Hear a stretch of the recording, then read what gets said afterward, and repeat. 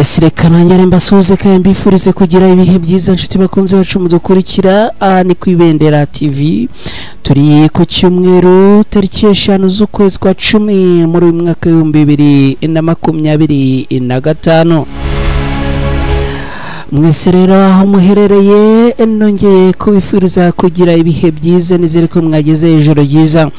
Muri uru rukerera rero tuzindutse n'amakuru aramutse muri iki gitondo, n'amakuru agomba kwibanda no kwibanda mu burasirazuba bwa Repubulika Iharanira Demokarasi ya Kongo. Muri aya makuru turabwira ko barwanya umutwe wa M23 bigaruriye imidugudu igera ku 8 mishya ni muri teritwari ya Masisi muri Kivu y'Amajyaruguru muri iki gihugu.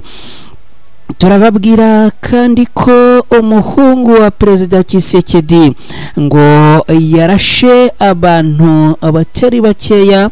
Ibi turaza kubyinjiramo ku buryo burambuye. Ndakubwira kandi ko muri Kasai Orientale Perezida Tshisekedi ategerejwe mu ruzinduko agomba kugirira ahangaha Imbujimayi ni kuri iki cyumweru.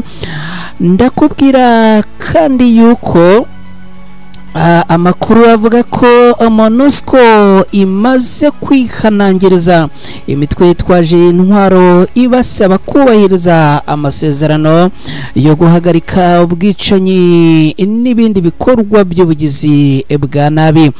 Ndaza kandi kugaruka ku nkuru irebana nuko kugeza ubu ngubu abantu 15 b'abaturage bari baraburiwe irengero baratwawe na ADF. Kugeza ubu abamaze kuboneka. Hanyuma rero abarwanyi bagera kuri 2 ba ADF bakaba bafashwe matekwa, naho abagera kuri 4 bakaba abatawe muri yombi ni mu mirwano Ibeni na Rubero. Ibi nabyo uraza kubisobanukirwa. Ndaza kandi muri aya makuru kukubwira yuko kugeza ubu ngubu tuvugana ituri imirwano hagati y'imitwe yitwaje intwaro yahitanye abantu barenga 15 bose. Abantu 15 ni abantu batari bakeya, ubu bakaba bamaze kwitaba Imana bose. Kinshasa ndaza kukubwira ko umukobwa w'imyaka 29 yishwe atemwe inkota mu ijosi aho yakoreraga ikinseso. Ubwicanyi bukomeje kugenda abuzamura intera yo ku rwego rwo hejuru. Ndaza kandi gusoreza aya makuru mu mujyi wa Goma mbabwira ko umubyeyi wari waraburiwe irengero yasanzwe yapfuye mu mwobo w'amazi aturuka ni mu gace ka Aborengo. Ibi nabyo uraza kubisobanukirwa dore ko yari inkuru ibabaje cyane nakunze kubona hirya no hino abantu abayigarukaho ko ari inkuru iteye agahinda. Ibi rero nibyo tugiye gusangira namwe muri aya makuru yo muri uru rukerera. Nizere ko mumeze neza, nizere ko mwageze ijoro ryiza. Abagiye gusenga kuri iki cyumweru rero munyemerere tubanze dusangira aya makuru. Nongera kubibutsa gukora like and share ndetse na subscribe. Ubwo abo nsaba gukora subscribe ni nkawe ubugeze hano hari ubwa mbere.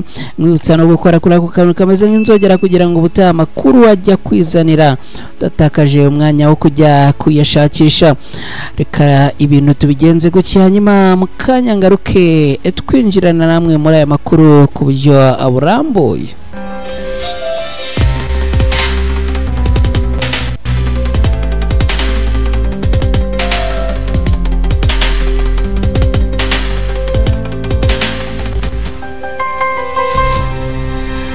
Yes, reka nongere mbahe ikaze abantu baherereye mu turere twose tw'u Rwanda, no kuvuga uhereye Nyagatare ukazamuka Kayonza ukagera Rwamagana ukagera Gasabo, Kicukiro, Rulindo, Gicumbi na za Musanze yo ruguru, za za Gakenke, Rubavu, Karongi ukamanuka hepfo za Nyamasheke na Rusizi na Huye. Mwese ikaze abantu baherereye muri Repubulika Iharanira Demokarasi ya Kongo, by'umwihariko baherereye Beni, namwe ikaze. Baherereye muri uyu mujyi wa Goma, baherereye Kisangani, abaherereye Mbujimayi, abari Uvira, Bukavu, mwese ikaze.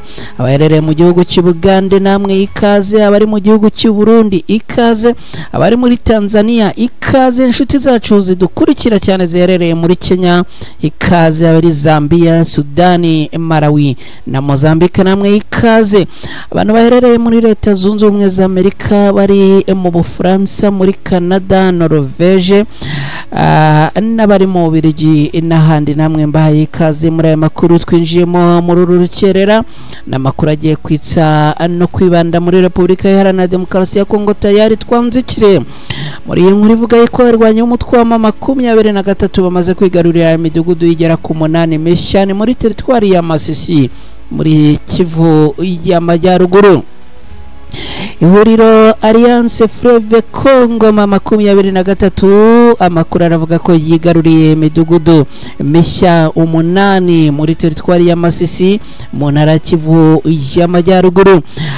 Aba barwanyi bigaruriye iyi midugudu nyuma y'imirwano ikomeye cyane yongeye kubahuza n'abarwanyi ba Wazalendo, akaba ari imirwano yiriwe ku munsi w'ejo, bikaba byarangiye rero abarwanyi b'Intare za Sarambwe bigaruriye iyi midugudu igera ku 8. Imidugudu rero abarwanyi b'umutwe wa M23 bigaruriye n'umudugudu wa Mafuo, umudugudu wa Bihoro, umudugudu wa Showa, umudugudu wa Bwambariro, umudugudu wa Busoro, umudugudu wa Kinyere, umudugudu wa Buroro na Ngesha. Iyi midugudu cyangwa se ibi bice ngira ngo rimwe na rimwe mwagiye mwumva tubivuga, rimwe na rimwe tubabwira tuti abarwanyi ba M23 muri iyi midugudu isaha ku isaha urusasu rushobora kwambikana. Ibyo rero nibyo byabaye ku munsi w'ejo, ndetse imwe muri iyi midugudu ikaba yari maze iminsi inaberamo imirwano. Ku munsi w'ejo rero akaba aribwo abarwanyi b'Intare za Sarambwe bigaruriye iyi midugudu. Ihuriro rya Alliance Fleuve Congo M23 rimaze iminsi rihanganye n'ibitero bya leta ya Kinshasa, aho rikoresha indege za Sukhoi 25 na drone mu kurasa ibirindiro byarwanyi bo mutwe wa M23 n'ingo z'abaturage, aho kugeza ubu hamaze gusenywa inzu nyinshi cyane z'abaturage. Iri huriro rya Alliance Fleuve Congo M23 rivuga ko rifite intego yo kurinda abaturage, kubakiza akarengane, kandi rikavuga ko rizazimya intwaro, no kuvuga umuriro w'intwaro izo arizo zose riwuhereye aho uturuka. Ibi rero bikaba ari bimwe mu byatumye abarwanyi b'umutwe wa M23 bongera guhangana bikomeye n'izi Wazalendo muri ibi bice, ndetse bikaba byaje kurangira ibi bice byigaruriwe n'abarwanyi b'umutwe wa M23. Umuhungu wa Tshisekedi biravugwa ko yahuranyije abaturage akabarasa akabamara.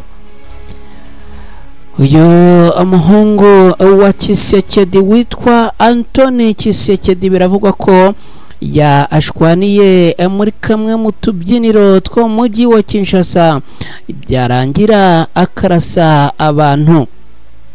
Amakuru avuga ko ibi byabaye mu rukerera rwo ku munsi w'ejo ku wa gatandatu tariki 4 Ukwakira muri uyu mwaka w'2025 mu kabyiniro kitwa Nuovo gaherereye muri komine Gombe Kinshasa muri Repubulika Iharanira Demokarasi ya Kongo. Amashusho yakwirakwijwe hirya no hino ku mbuga nkoranyambaga agaragaramo abo bivugwa ko bari muri ako kabyiniro abarimo abarwana no kugasohokamo, gusa ngo bivugwa ko hari abarashwe barakomereka kandi ngo batari bakeya. Amakuru avuga ko mbere y'uko Antoine Tshisekedi yatangira kurasa umuhisi n'umugenzi yari yabanje gushwana n'uwitwa Jesse Bukasa. Umunyamakuru w'umunyekongo witwa Rodrigue Katsuva abinyujije ku rubuga rwe rwa X yagaragaje ko Anthony ukunze kugaragara mu tubyiniro two mu mijyi ikomeye yo hirya no hino ku isi atari ubwa mbere ngo ashwana.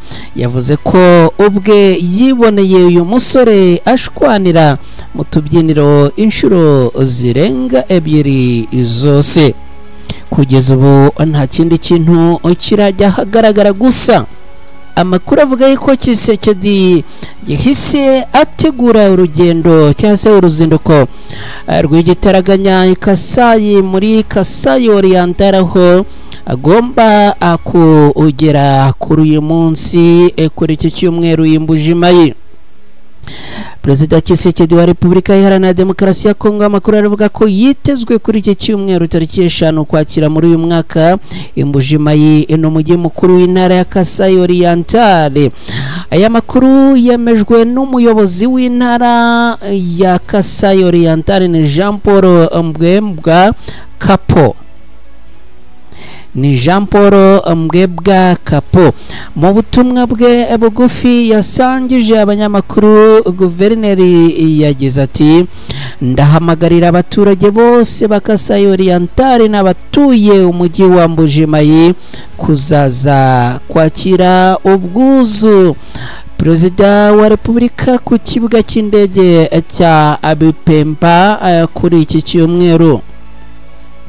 Tugomba kumwereka ko dushima ibikorwa bye, cyane cyane inyuma yo kubaka Université Officielle de Mbujimayi. Uru rugendo rwa Perezida Tshisekedi rurafatwa nk'igikorwa gikomeye cyane ku baturage ba Mbujimayi, kuko abayibonamo ikimenyetso cy'uko intara yabo ifite agaciro gakomeye mu gihugu. Biteganyijwe ko imbaga nyamwinshi y'abaturage igomba guteranira ku mihanda minini n'ahagomba kunyura Perezida Tshisekedi, cyane cyane ku kibuga cy'indege cya Abipemba. Kuwa mbere tariki 6 Ukwakira muri uyu mwaka, Perezida Tshisekedi azayobora umuhango wo gufungura ku mugaragaro Université Officielle de Mbujimayi, kimwe mu bikorwa bikomeye yari yarasezeranyije mu gihe cye cya mbere cyo kuyobora iki gihugu cya Repubulika Iharanira Demokarasi ya Kongo. Ibindi bimutegereje ngo harimo kuganira n'abaturage ku bijyanye n'ibibazo byugarije iki gihugu bitandukanye. Twihuse reka tugaruke ku makuru avuga ko umuryango wa MONUSCO bamaze kwihaniza imwe mu mitwe yitwaje intwaro aha muri Repubulika Iharanira Demokarasi ya Kongo. Umuryango w'abibumbye binyuze muri MONUSCO no kuvuga misiyo yawo ishinzwe kugarura amahoro no gukumira intambara muri Repubulika Iharanira Demokarasi ya Kongo, wagize icyo uvuga ku bwiyongere bw'imirwano n'ubwicanyi bubera mu ntara ya Ituri, by'umwihariko muri teritwari ya Jugu, aho abantu barenga 13 barimo n'abaturage b'abasivile bapfuye ku itariki 2 Ukwakira muri uyu mwaka turimo 2025. Ibi byakurikiye imirwano yadutse hagati y'abarwanyi ba Codeco no kuvuga Coopérative pour le Développement du Congo n'abarwanyi b'itsinda rya Zaire yabereye mu gace ka Maze hafi kilometero 15 mu majyepfo ashyira uburengerazuba bwa Jugu. mu ijoro ryo ku itariki 2 rishyira ku itariki 3 Ukwakira muri uyu mwaka kandi humvikanye urusaku rw'amasasu mu gace ka Gina mu birometero 30 majyaruguru y'uburasirazuba bwa Bunia, aho abantu bagera kuri 2500 bahungiye ku kigo cya MONUSCO bashaka ubuhungiro.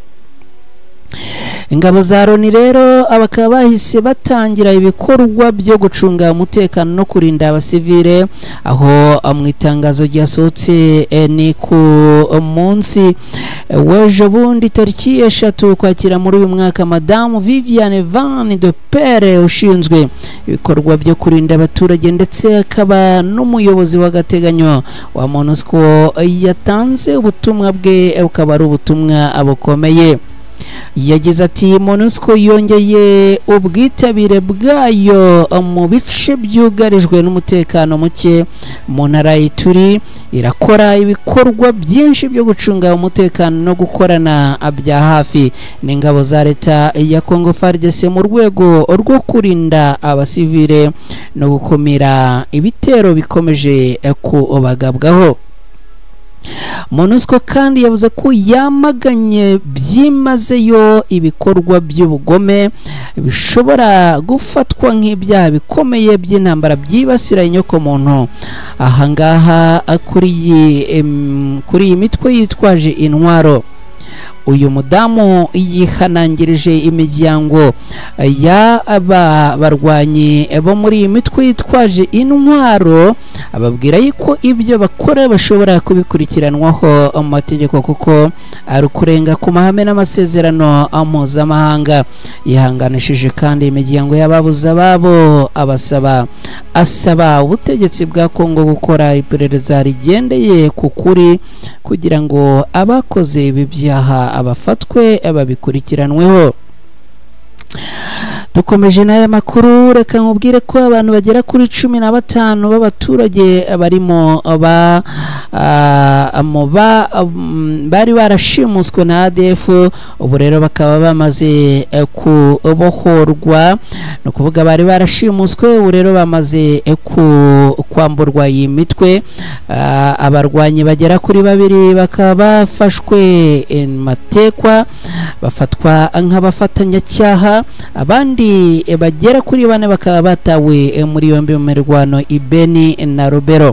Reka ibintu mbigusobanurire neza, no kuvuga ngo abarwanyi 2 bafatwa nk'abafatanyacyaha kuri uyu mutwe wa ADF, abo abatawe muri yombi, noneho abagera kuri 4 muri abarwanyi ba ADF nabo abatabwa muri yombi.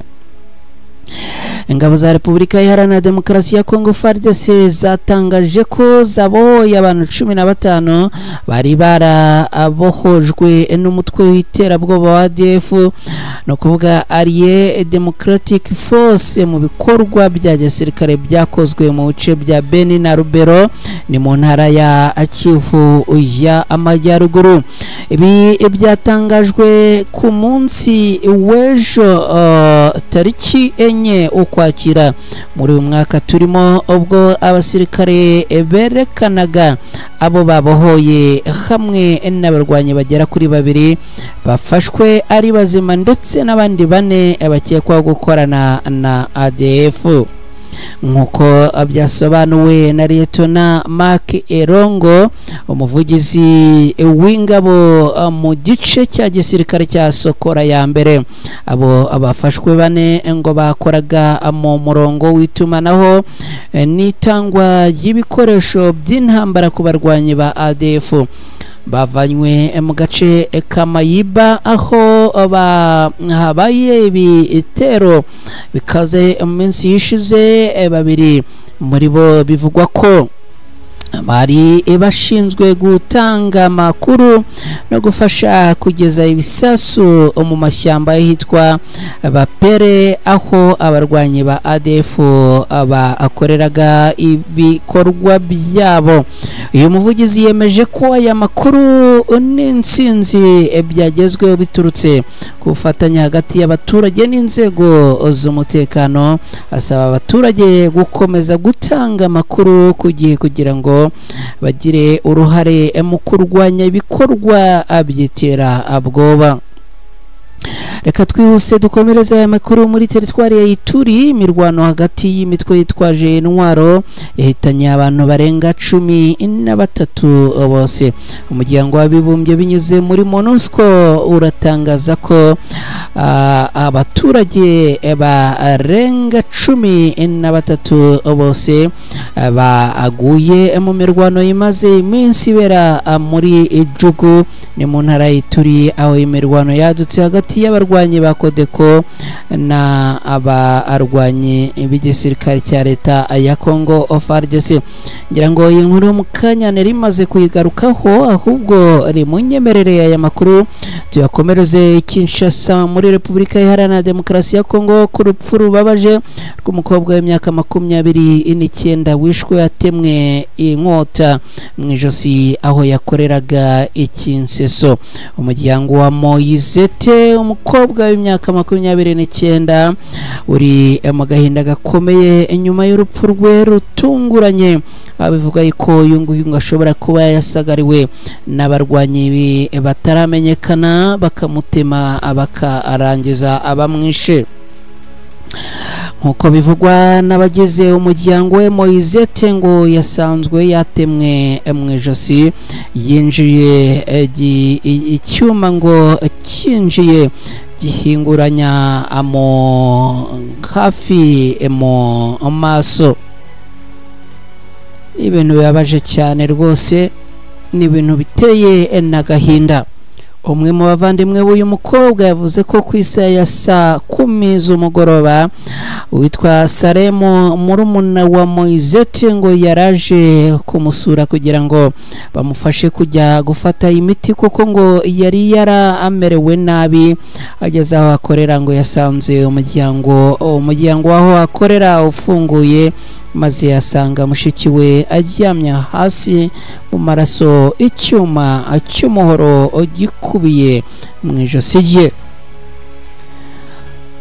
Ni ibintu bibabaje cyane. Uru rupfu rukaba rwashenguye abantu batari bakeya, nubwo kugeza ubu ngubu bivuga yuko ngo abihishe inyuma y'uru rupfu batari bamenyekana. Reka atunyarukire Goma ni mu burasirazuba bwa Repubulika Iharanira Demokarasi ya Congo. Tubabwire ko umubyeyi wari waraburiwe irengero yasanzwe yapfuye mu mwobo w'amazi Iburengo. Umugabo witwa Ashirambere Bikanaba wari waraburiwe irengero kuva ku wa mbere yabonetse yapfuye ni ku munsi w'ejo bundi ku wa 5 tariki 3 ukwakira muri uyu mwaka. Umurambo wa nyakwigendera ngo wasanzwe mu mwobo w'amazi mabi, no kuvuga fosse boutique, ni mu kigo cya Centre Synergie des Femmes giherereye Iburengo, ni mu karere ka Lac Verte muri commune ya Goma, ni mu ntara ya Kivu y'Amajyaruguru muri Repubulika Iharanira Demokarasi ya Congo. Umurambo wa nyakwigendera ngo wabonetse aho yakoreraga, kandi ngo nkuko ababonye umurambo ababivuga ngo wari ufite ibimenyetso by'icarubozo n'ibikomere bitewe n'intwaro zicyaye. Bikavugwa rero ko uyu ngo ashobora kuba yaba yishwe n'abarwanyi ba Wazalendo babagabye ibitero ahangaha bakamuhitana. Amakuru kandi yavuga yuko uretse uyu nguyu ngo n'abandi baturage baherereye ahangaha ngo abafite ubwoba bwinshi, ngo kubera yuko Wazalendo ngo zikomeje kugira gutya zikitwikira ijoro zikaza zigashombora umuturage uwo ari wese baziho ko ngo akomeje kuyoboka amabwiriza y'abarwanyi b'umutwe wa 23. kugeza ubu rero ngo hari ukekwa kuba inyuma cyangwa se kuba yihishe inyuma y'uru rupfu rw'uyu umugabo witwa Kasore Roger wari umukozi hamwe na bagenzi be. Bikaba bivugwa rero ko ngo yahise afatwa agashyikirizwa umutwe wa 23 ugenzura uyu mujyi wa Goma kugira ngo n'ubundi hakorwe iperereza kuri ubu bwicanyi bubabaje kandi buteye agahinda. Iki gikorwa cy'ubwicanyi kije gikurikira urupfu rwa Gadi, umunyeshuri wigaga muri Université de Goma wari waraburiwe irengero ku cyumweru gishize, maze umurambo we nawe ukaza gusangwa mu mazi y'ikiyaga cya Kivu kuwa gatatu mu gace kamwe ka Lac Verte mu burengerazuba bw'uyu mujyi wa Goma muri Repubulika Iharanira Demokarasi ya Kongo. Ngibyo rero ko ibintu byifashe hirya no hino, ngira ngo mwese abagiye mu kazi, abagiye gusenga, nguko ko amakuru aramutse hirya no hino, ngira ngo Kongo yose tugerageje kuyizenguruka. Hanyuma rero ni munyemerere mbashimire cyane mwe mwabanye natwe, hanyuma mbabwire ko n'ubundi dukomeza kuhababera nk'Ibendera TV, tubakusanyiriza, dutara kandi tukabatangariza amakuru ajyanye nuko imirwano n'urugamba byifashe hagati y'abarwanyi b'intare za Sarambwe ariko kandi n'igisirikare cya leta ya Congo FARDC na Wazalendo, tunababwira uko situation hirya no hino muri bice iba ayifashe. Nitwa Mukada, nkani ku Ibendera TV, munyemerere mbashimire cyane kandi mbifurize kugira icyumweru cyiza, ubundi Imana ibarinde.